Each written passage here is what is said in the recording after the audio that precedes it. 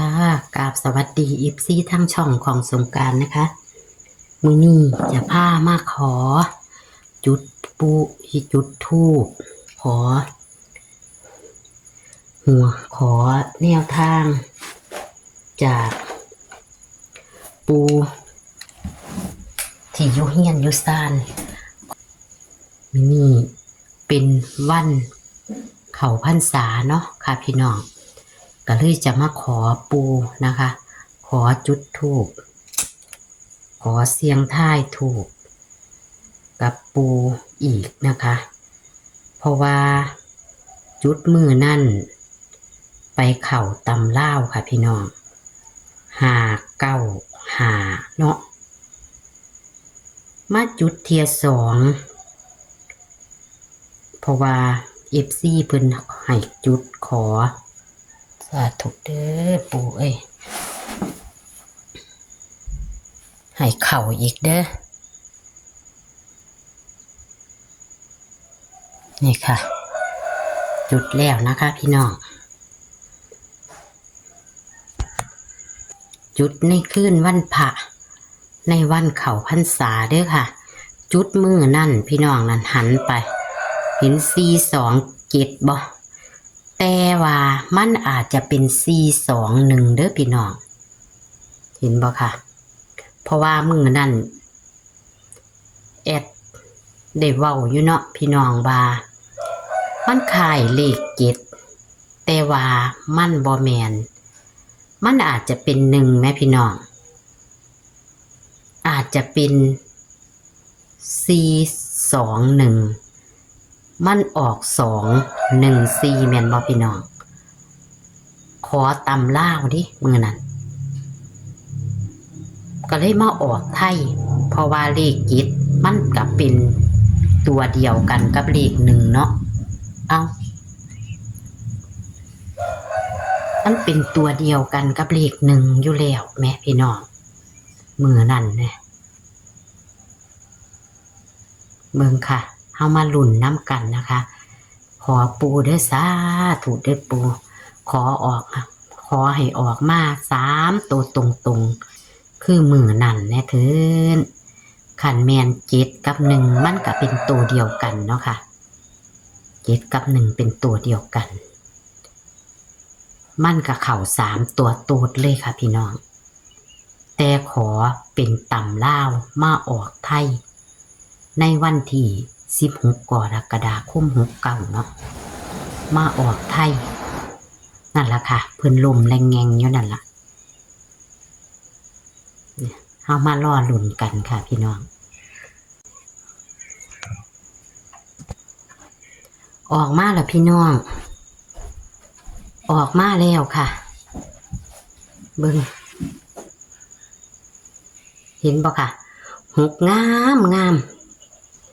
สาธุเด้อขอให้ออกมา3ตัวตรงๆเด้อปู่ขอมื้อนี้ขอในวันเข้าพรรษาในคืนวันเข้าพรรษาหลังจากที่ไหว้พระแล้วนะคะพี่น้องขอไหว้พระนั่งสมาธิเรียบร้อยนะคะพี่น้องแอดขอด้วยตัวเองนะคะหมดก่อนแอดขอเป็นตำล่าวแต่ในมื้อนี้แอดขอเป็นรัฐบาลไทยเด้อค่ะพี่น้องขอเป็นรัฐบาลไทยนะคะออกมาแล้ว6งามนะคะตัวแรกคือ6นะคะบาดนี้ตัวที่2ก็พ่นออกมาแล้วค่ะพี่น้องเห็นแต่หัวเป็น1แม่นบ่พี่น้องว่าเป็น1แท้ๆเลยค่ะขอปูในบ้านเด้อค่ะเป็นหิ้งพระเก่าๆค่ะพี่น้องหิ้งพระเก่าๆแต่ปีกายนี่เขาเป็น3-4งวดซ้อนค่ะปีกายนี่บ่ทันเฮ็ดเลขลาวบ่ทันเฮ็ดตำลาวนะคะก็เลยจุดตะขอเลขไทยกับเขา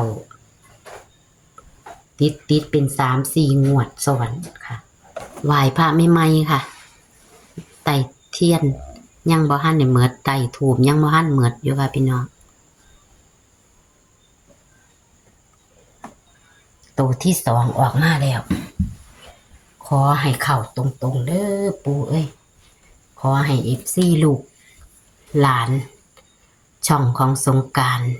ได้มีโชคมีหมานกับปู่ในบ้านของแอดเองเด้อค่ะลูกหลานบ่พ่ออยู่พ่อกินก็ต้องได้ขอบุญบารมีของปู่ในบ้านให้ซอยเหลือให้มีอยู่มีกินเนาะค่ะให้พี่น้อง FC มีอยู่มีกินนำนะคะ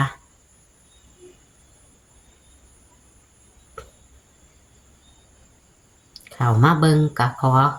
กดไลค์กดแชร์ให้ในเด้อค่ะงามคักแท้เนาะพี่น้องเอ้ยบาดนี้ไปหาซื้อเด้อไปหาลอตเตอรี่เลขท้ายก่อนก็ได้เด้อค่ะพี่น้อง61มางามคักแท้ปาโถปูสาธุขอให้มาเด้อปูขอให้มาเด้อ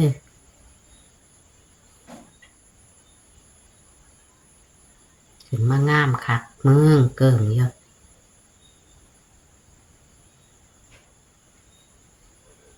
งามคักเห็นชัดด้วยพี่น้องเห็นบ่น้อแสงไฟแสงเทียนบ่ทันได้หมอดอยู่นะคะแสงเทียนส่องสว่างให้ FC เห็นชัดๆ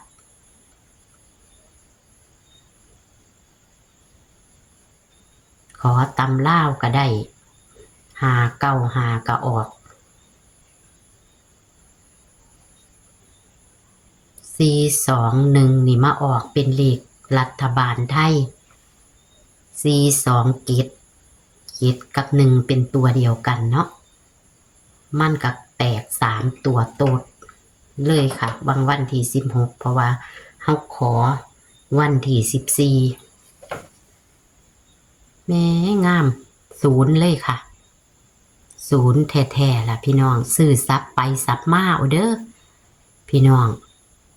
แต่ว่าก็ขอเพิ่นตรงๆนั่นล่ะ10หลอนๆสิบ่หลอนมาติน้อบาดนี้10หลอนๆสิซื้อได้บ่น้อปู่บาดนี้หรือสิ61น้อบาดนี้อ้าวหรือสิ60เด้อพี่น้องบาดนี้หรือว่า9กับ6เป็นตัวเดียวกันบาดนี้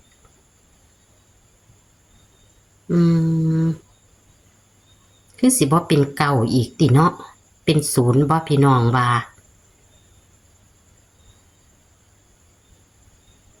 เป็น0หรือเป็น9เนาะบัดนี้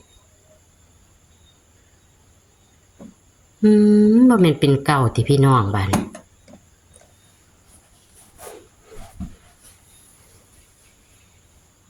ออกมาล่ะเป็น9พี่น้องบัดนี้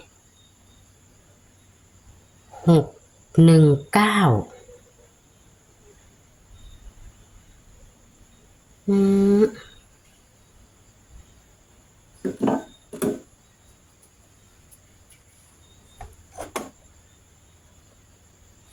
แม่นบ่ค่ะพี่น้องเป็นเก้าแท้ๆล่ะพี่น้องนี่เอ้า619แท้ๆล่ะกสิกันให้อยู่ดอกค่ะพี่น้อง19แล้วก็61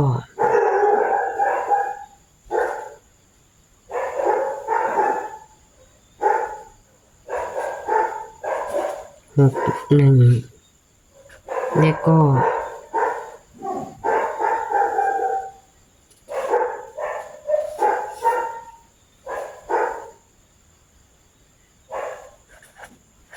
69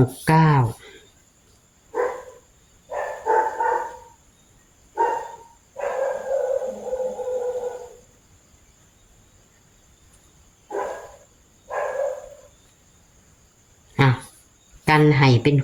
610เด้อค่ะพี่น้องอันนี้ตัวกันค่ะเลขทูปที่จุดมันขึ้นนี่นะคะพี่น้องที่จุดโยนจุดขอปูในบ้านนะคะนี่ค่ะพี่น้อง619 แต่ว่ากันให้610เด้อค่ะเพราะว่าเห็นศูนย์ที่แรกงามบัดมาเป็นเก้าบ่ชัดนะคะหรือเพิ่นจะบังตานะคะก็เลยกันให้เป็น610ไปตัดลิ้นเอาเด้อค่ะพี่น้องจะเป็น60หรือว่า10ก็ได้เด้อค่ะแต่ว่าที่เฮาตัดให้ก็คือ619ตัดเป็น19 61และก็69นะคะงวดก่อนนะคะเฮาขอตำล่าวันที่14ได้427ก็เห็นบ่ชัดคือกันค่ะก็เลยเป็นเอาเป็น7แล้วก็เป็น0ที่จริงแล้ว7กับ1เป็นตัวเดียวกันนะคะขอให้โชคให้หมานกับปูในบ้านของแอดนะคะในวันที่1สิงหาคม69ค่ะคลิปนี้ก็ฝากไว้ซ้ำนี้ค่ะเป็นแนวทางเด้อค่ะใส่วิจารณญาณในการรับชมค่ะขอโชคหมานๆค่ะสวัสดีนะคะ